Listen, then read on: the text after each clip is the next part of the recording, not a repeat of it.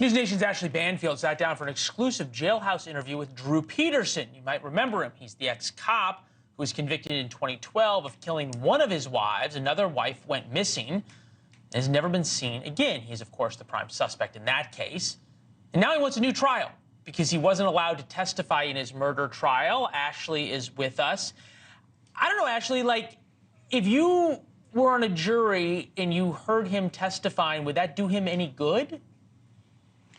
Heck no. And actually, I said that to him. I said, Drew, you're not a very likable person. Admittedly, you yourself know you're not a likable person. Why on earth do you think getting up on a stand would help you? And he seemed a bit confused by that. He's not the quickest fella. And the video here, you can see he's now a shadow of his former self, Leland. He's walking with a cane, considerably thinner. He's 70 years old now. Lost most of his hair. It's kind of a gray spray on his head now, and very, very dizzy. And, you know, he did a couple things I found pretty shocking. First of all, I said, look, you're never getting out, right? You're in till, well, I think he's 127 when he could get out, on 2 different charges. So even if he gets a new trial, which he probably won't, you're not going to get out. Why not just come clean? Why not just admit, confess?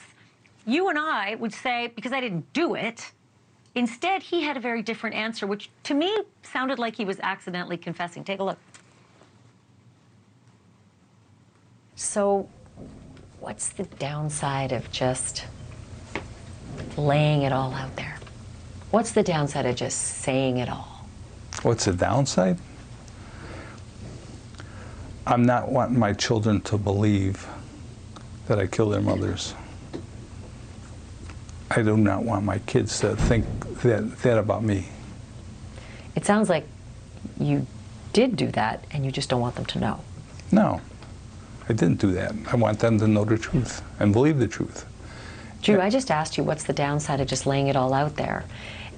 And the answer would have been, there's nothing to lay out. Instead, you said, I don't want my children knowing. No, I don't want them thinking that of me. Ugh. So that's a bit of a surprise. I mean, right? I mean, I was surprised. If that were me, I would have said, I'm not going to lay it out there because I didn't do it. The creepiest part to me out of all of this is that he was a cop, right? And that he had such power over so many other people and was able, you know, if you think about the evil things that he did, that he was then able to have done that to other people. I don't know. It's wild. How'd you get the interview? Does he want to talk? Does he think this is going to prove something? You know, it's a good question.